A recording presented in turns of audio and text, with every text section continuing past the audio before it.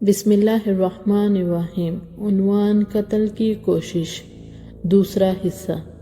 میں خدا کی قسم کھا کر کہتا ہوں، اگر میں محمد کو سجدہ کرتے ہوئے دیکھ لوں تو میں ان کی گردن مار دوں۔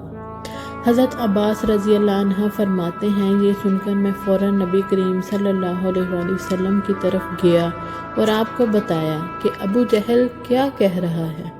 نبی اکرم صلی اللہ علیہ وآلہ وسلم یہ سن کر غصے کی حالت میں باہر نکلے اور تیز تیز چلتے مسجد الحرام میں داخل ہو گئے، یہاں تک کہ گزرتے وقت آپ کو دیوار کی رگڑ لگ گئی۔ اس وقت آپ سورہ الگ کی آیت 1-2 پڑھ رہے تھے۔ ترجمہ: اے پیغمبر، آپ اپنے رب کا نام لے کر قرآن پڑھا کیجئے، وہ جس نے مخلوقات کو پیدا کیا، جس نے انہیں خون کے لوتھڑے سے پیدا کیا۔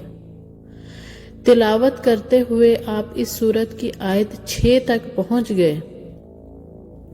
ترجمہ: سچ مچ بے شک کافر آدمی حد سے نکل جاتا ہے، یہاں تک کہ آپ نے سورہ کا آخری حصہ پڑھا جہاں سجدے کی آیت ہے، اور اس کے ساتھ ہی آپ سجدے میں گر گئے۔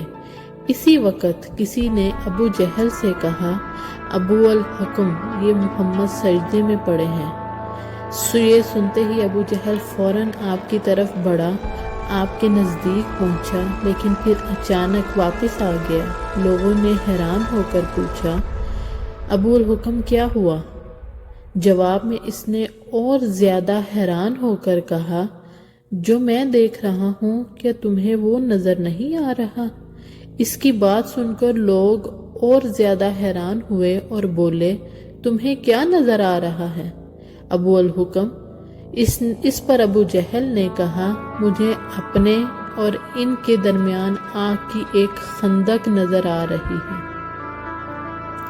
اسی طرح ایک دن ابو جہل نے کہا، اے گروہ قریش، جیسا کہ تم دیکھ رہے ہو محمد تمہارے دین میں عیب ڈال رہا ہے، تمہارے معبودوں کو برا کہہ رہا ہے، تمہاری عقلوں کو خراب بتا رہا ہے اور تمہارے باپ داداؤں کو گالیاں دے رہا ہے۔ اس لیے میں خدا کے سامنے عہد کرتا ہوں کہ کل میں محمد کے لیے اتنا بڑا پتھر لے کر بیٹھوں گا جس کا بوجھ وہ برداشت نہیں کر سکیں گے۔ جو ہی وہ سجدے میں جائیں گے میں وہ پتھر ان کے سر پر دے ماروں گا۔ اس کے بعد تم لوگوں کو اختیار ہے، چاہو تو اس معاملے میں میری مدد کرنا اور مجھے پناہ دینا، چاہو تو مجھے دشمنوں کے حوالے کر دینا، پھر بنی عبد مناف میرا جو بھی حشر کرے۔ یہ سن کر قریش نے کہا، اللہ کی قسم ہم تمہیں کسی قیمت پر دغا نہیں دیں گے، اس لیے جو تم کرنا چاہتے ہو اطمینان سے کرو۔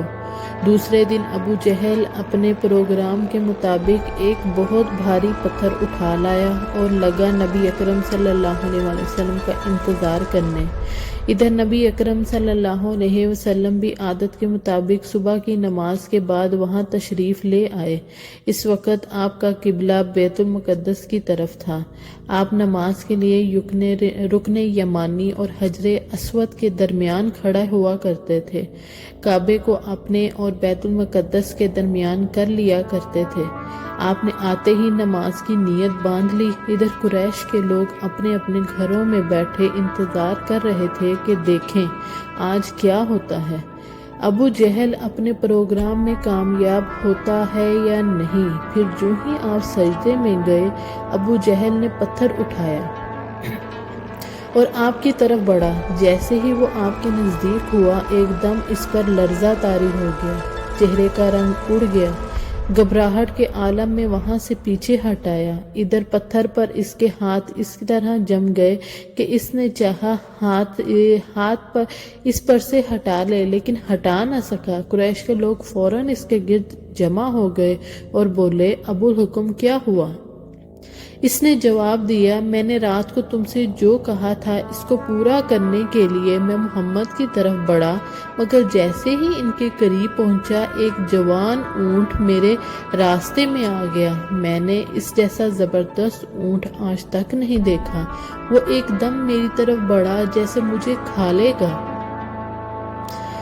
جب اس واقعے کا ذکر نبی اکرم صلی اللہ علیہ وآلہ وسلم سے کیا گیا تو آپ نے فرمایا وہ جبرائیل علیہ السلام تھے، اگر وہ میرے نزدیک آتا تو وہ ضرور اسے پکڑ لیتے۔ جزاک اللہ خیر۔